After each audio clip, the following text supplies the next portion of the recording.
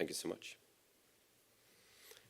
Great to be with you today, and I'm pleased to see so many people here. We already heard a bit about the Swedish experience, and I will go a bit deeper into that, but just for a few minutes. I will end up, of course, with the important thing, what to do in Europe ahead. We just received a proposal from the Commission, and I will not comment on that precisely. We will analyze it, of course, but I think a positive thing about the proposal is that it starts at the right place. It's great to have, of course, a common capital market, but it's useless without the capital. And I think it starts at the right place with how to provide more capital into the market. But I would like to just start here. This is, I mean, our discussion on the savings and investment union or the capital market union. It's not for its own sake, and it's always important, especially, of course, if you're the Minister for Financial Markets, if you're together with people that are within the financial system, it's always worth underscoring that the financial system or do not have a value in itself, nor does, of course, a union for savings and investments. It is what it can provide for the real economy, for households and for firms, and the possibility to grow the economy and provide better welfare for our citizens. And this is a problem for Europe. It's pointed out in for example, in the Draghi report. We had quite many of those reports lately, pointing at the same problem. Access to risk-willing capital is a problem for growth in European Union, together with other weaknesses in our economy, of course, like, for example, failures or lack of supply in our energy systems. So, I mean, this is one cornerstone in building a stronger European economy, and also, of course, then putting strength behind our values of democracy, equality, and human rights, and other things we want to promote worldwide. But, of course, to do that, we have to prove that our economic system is working. And I had the opportunity to be in Munich and listening to the speech of the Vice President Vance. But except for that in Munich, I also had the opportunity to listen to a few very successful American entrepreneurs. And their story was quite straightforward. If you want to do success with large and fine capital that can bear losses for 10 to 15 years, which is what it takes to build a strong global firm those days. And if you cannot provide that in Europe, you will never have those success stories. Those are not my words, but it's the words of the people that really did it, so to speak. But my point is that we do not necessarily have to replicate the United States. Europe is strong in itself, and we need to find our way forward. But I think it's just a good starting point to realize that this is important for our economies. But even more so, and we in the Nordic and the Baltics, we are well aware of what it means to have a well-functioning capital market. But I also think that all of us, we have a lesson to do by speaking more to our colleagues in the rest of Europe, not at least me and other people in politics, but all of us, of course. Because for me, a well-functioning capital market is a cornerstone, of course, for entrepreneurship, inventors, a growing economy, but first and foremost for social coherence, a fair and just economy. I mean, just thinking about it briefly, if you just rely on the government for your pension money, so to speak, in a pay-as-you-go system, you can approximately count on having a welfare improvement equal to the GDP growth, right? It cannot be very much higher in the long run. But if you are partly, at least, invested in the capital markets, you can rely on an income growth accordingly to the growth of the stock exchange, which is, I mean, normally perhaps even 5 times as high. So, and this is about social coherence. If we do not include retail participation households in the capital market, only the wealthy will be there, and they will have a higher return on their savings. So this is very important to explain to our colleagues in the rest of Europe. We already had some bragging about the Swedish success in this story. I think it's fair to argue that part of this is out of luck, so I don't want to be, but on the other hand, you know, it's a long time ago, the Swedish downhill skier Stenmark said that I had a lot of luck, and the more I practiced, the more luck I got. So some of the luck is perhaps earned, but we have, I mean, comparing to other countries and compared to the rest of Europe, we have a huge number of IPOs. But especially, of course, as already mentioned by the previous speaker, Swedish household, they don't keep their money in just simple bank accounts or in cash. 90% is kept in some financial instruments, which is, of course, great for their return and also for the ability for inventors and entrepreneurs to find capital for their improvement in the economy. And also, of course, I think it's important to say that 70% of the Swedish people, they are directly invested through funds in the capital market. And if you include the mandatory pension savings, it's more than 90% that's included in the capital market. All right, it's just my screen that is black. You can still see, that's good. All right, so let me just then quickly say what's in this story. It's not a one single solution to how to create this capital market.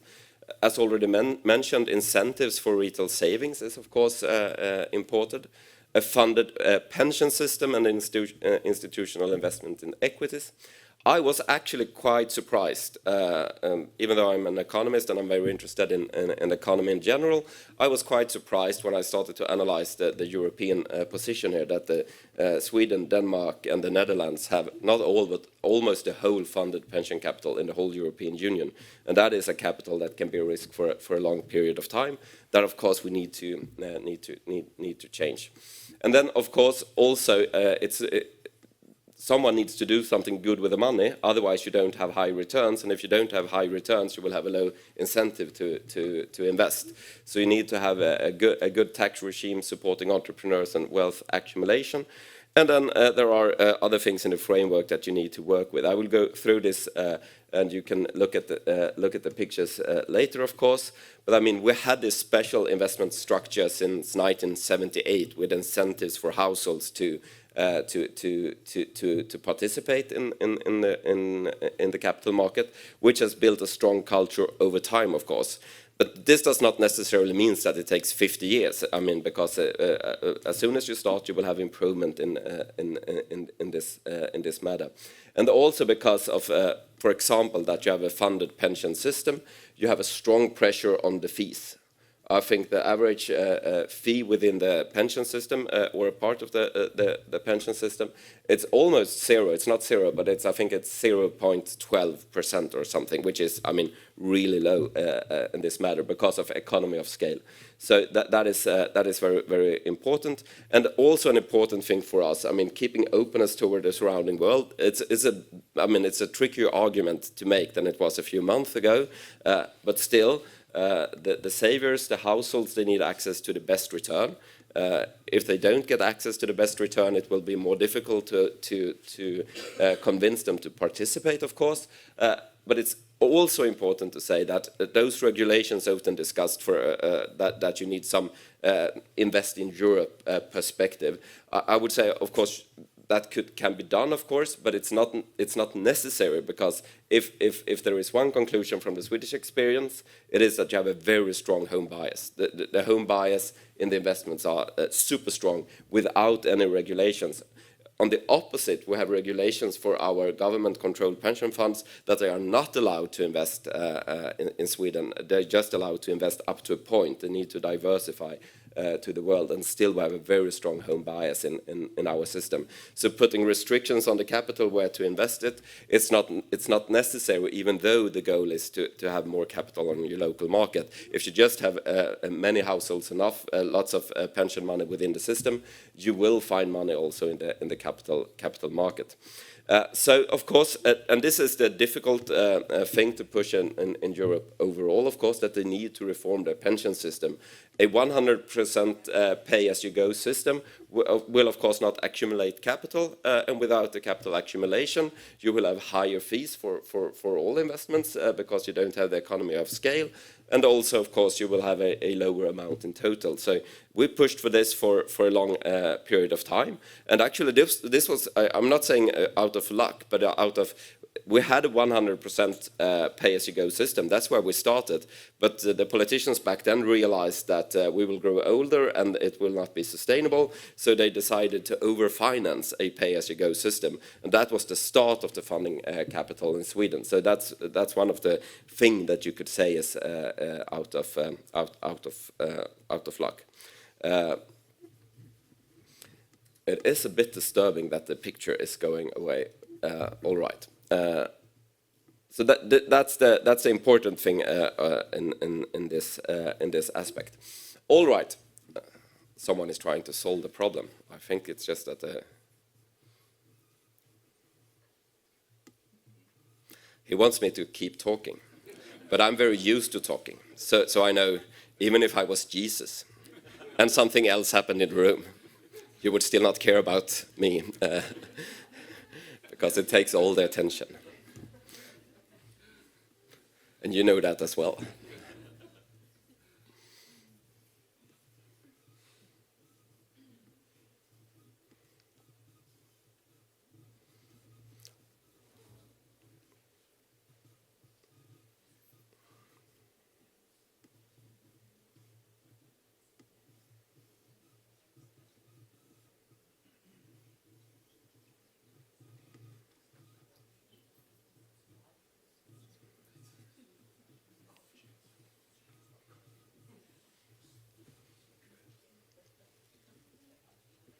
It's not only that it's got black so I can't see it, it's always that it's also this flashing light when it's continuously blinking.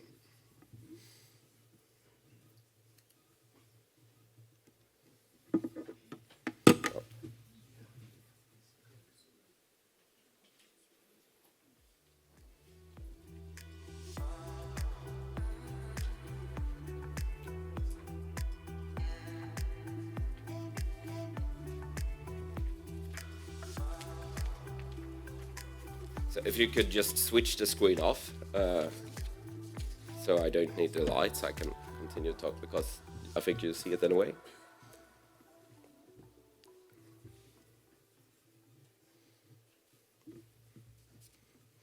Technology, it's a mess. All right. So, of course, I mean, this duality in the system is really important, of course.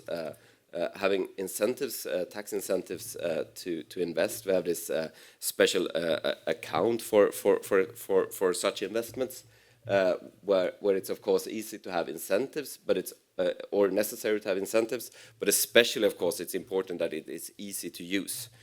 You can make how much you can buy and sell an enormous amount of shares, but you can still declare your income in 30 seconds because it's all pre-printed. And of course, if you need like a family lawyer to be able to participate in the capital markets, it will from start, of course, exclude a very large share of the population.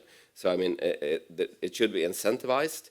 But also, of course, it should be easy to use. And that's also in accordance to the overall research when it comes to entrepreneurship, investments, and so on. The tax level is, of course, important, but the administrative burden is as important. And I would argue that that is the case here as well. Of course, if you incentivize it more, if you have 20% tax rather than 30% of tax, it will help. But I think the core story to tell is that it must be easy to use. If it takes lots of knowledge, financial skills, and so on, then people will not be interested in general because it will be too costly from another perspective than just the money.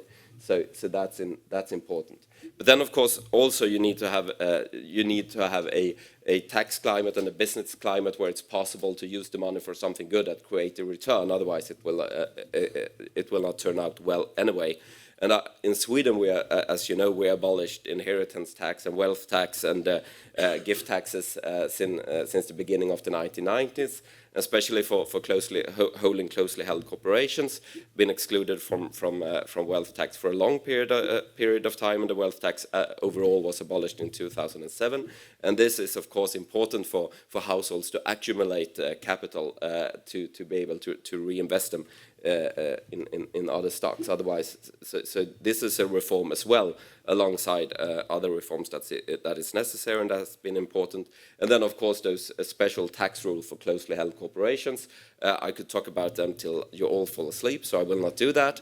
But basically, it allows a share of your entrepreneurial income to be taxed at a 20% flat tax rate instead of as we all do dual tax system in the Nordic countries. You know that taxes can be really high if you have success otherwise. But this allows a share of your income to be taxed at a low flat rate, which encourage investments at large scale, of course. And this has been broadly supported in Sweden for government from left to right. So, all right, and then again, coming back to the discussion about luck, which is perhaps not only luck, but as you know, Sweden has a small open economy. It has been necessary, or we've been forced to embrace structural change. And I do believe there is some truth that perhaps it's not the financial market itself that created the advantages, but it could also be banks and financial actors that follow their customers out in the world and providing more services. So that's been one important thing. And also very important is our close connection to London, for example, that people have gone to London for studies at the best schools, perhaps, and especially working at those really hard pushing firms, and then coming back to Sweden, providing their knowledge and experience into our system. And our very early adoption of digitalization. I mean, now for most of us in this room, it could be, obvious that you need to do that. For some of our European colleagues, it's not that obvious, both at the household level, but also, of course, in the financial system in a broader sense. I do also believe that a consolidated banking sector is fairly important in this issue.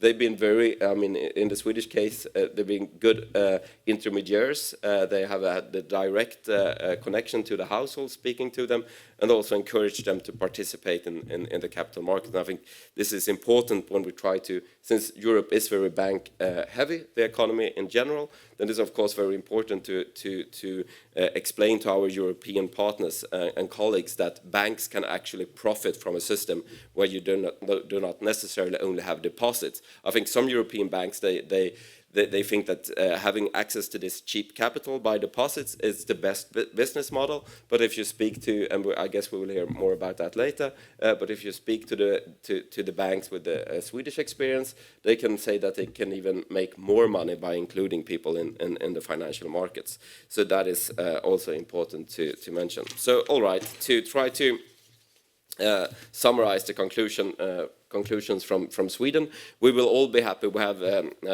papers, non-papers about this that we're happy to share with everyone. Of course, so you can go into detail so we can spread this message. Well, I already compared myself to Jesus, and now it really sounds like you are walking to Damascus. All right. Or at least to Paris. All right. There was no master plan in this. It was done stepwise, which is important. Encouraging the retail participation in the market, of course through incentives, but also of course as the next bullet point, by making it easy to participate. If there is a barrier, if there is a complicated tax declarations and you need to spend hours and hours or days, it simply won't work. Why should an average working family put so much energy into that when you have hungry children and you're tired and you need to get up to job in the morning? And one really important thing in the Swedish experience is that we've done this through social partners. We haven't done it in conflict with the trade unions, for example. If you look at the pension suppliers in Sweden, they are co-owned by the social partners, the trade unions and the employers, which of course at least it creates one great thing. It is that it's not only someone with a suit and tie on television or at the bank office telling you to spend some time with your pension money or spend some time with your savings overall. It's your colleague. It's the trade union representative at the factory or elsewhere. And actually that's been quite a strong moment in Sweden for the social partners to take responsibility to discuss with their co-workers at the working places. And that is of course, even though perhaps the woman or man at the bank, perhaps they have a higher financial skills, but you know, some of you have been bankers, and it's not necessarily the most trustworthy. It is in some aspects, of course. But having this social network of people encouraging people at the same workplace to also take place of this is important.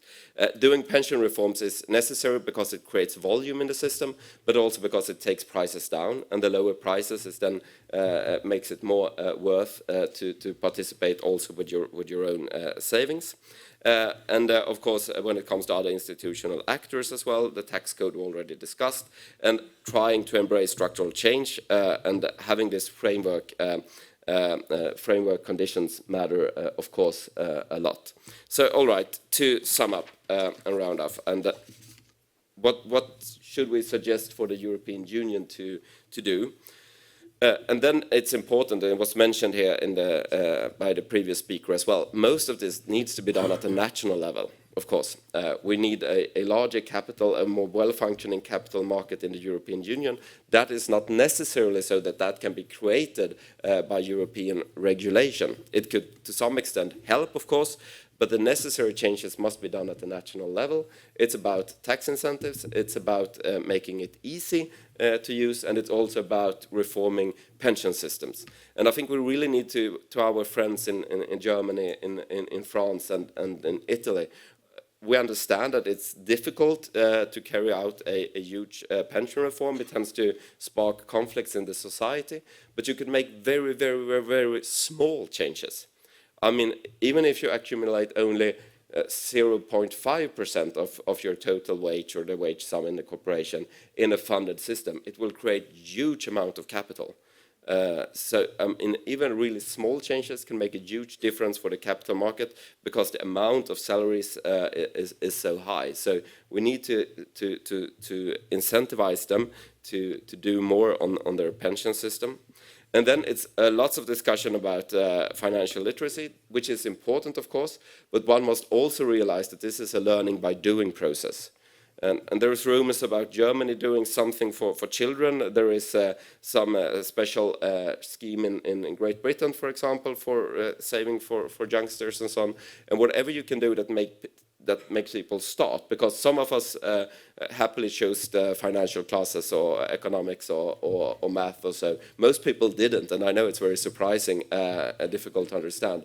But for most people are practical people, and then they need to do practical exercises. So then you need to start somewhere. You cannot only teach, because teach works for some people, practicing works for many more. So that's really, really important. And of course, insurance companies is important to use as well. And then we need, of course, a clear-eyed discussion about supervision and securitization.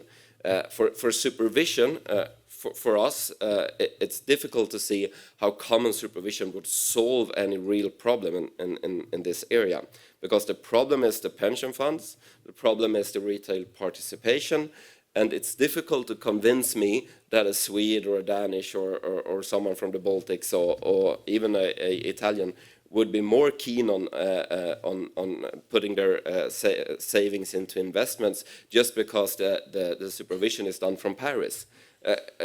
It makes no sense to me. That does not mean that there can be advantages of a common supervision as well, but as long as we don't believe that the common supervision will solve our problem, because if we have common supervision tomorrow, we will not have more retail participation, we will not have more funded pension capital. It simply won't solve that problem. That must be solved at the national level with national measures. But if the European Union can make a push towards this with different measures, then of course it's important, and we should support it. We should be very pragmatic. Almost anything that can incentivize or help Germans, French people, Italians to have some shares rather than just deposits in the bank is basically good and something that deserves support. But we should not believe that common supervision solves the problem.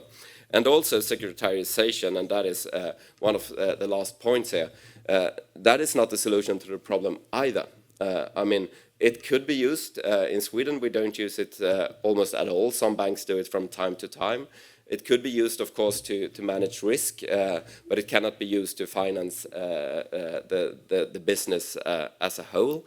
And of course, it's destructive if it's only used to put risky assets away from the banks. They are not necessarily dealt with better in other parts of the economy. That could create other risks, of course. And there must be buyers, of course, for any financial products. And if there's not a market, just moving risk from banks to security companies, for example, what have you benefited then? Have you improved households' participation? Well, maybe not. Have you improved financing to entrepreneurs? Maybe to a small extent. Have you increased the financial stability? Probably not, even though it's just another risk. So we must have a clear view on this. We're not against a discussion about securitization or making it more accessible or usable for European banks, but it will not solve the capital market problem because it will not necessarily create more savings and investments by itself. And we must keep an eye, of course, on the financial stability risks by doing so. And of course, not destroying our market for covered bonds, for example. So, but I believe very much in benchmarking, and I think that's a good part of the suggestion from the Commission as well, that you must have some mechanism to compare countries to create incentives. When you go to the ECOFIN meeting and meet your colleagues, you should not want to be in the bottom of the list. You should like to be in the top of the list. And benchmark it does something with humans, right? Because you don't want to be the bad one. You want to be in the top. And my last point for doing this, it's important to explain for our European partners and colleagues that this can be good for banks. Because could be, of course, resistance that you don't want all your citizens to be capitalist. It could be a political argument against this, of course. But also there could be resistance from some European banks. Why should we want people to own funds or stocks and shares when we have access to their money very cheap just by deposits? And then it's of course important for us from the Nordics and our banks to explain to their counterparts in Europe, how can you actually earn money on this? How can this be good for banks as well? Because banks are great intermediaries at this, because they have the connections with the households already. They are trustworthy. They are well aware of their economic situation. They have the mortgage and so on. They have the salaries and so on. So the banks are a good starting point for including more people in the financial market. So we will continue this discussion with European colleagues, and we will keep pushing for this. And that it is a European problem does not necessarily mean there is one European solution, but there must be a broad range of solutions, changing the saving cultures to more investment culture, and that must be done by national measures, but the European Union can certainly help. And creating this savings and investment union is a good step, and we support it fully. But one should not just believe that it solves the problem, because the solution is in creating more funded pension capital and more retail participation, and that must be done also through national measures. I'm sorry about my interruption with the screen, but I hope you remember this as important than as Jesus or something else. But thank you so much for listening.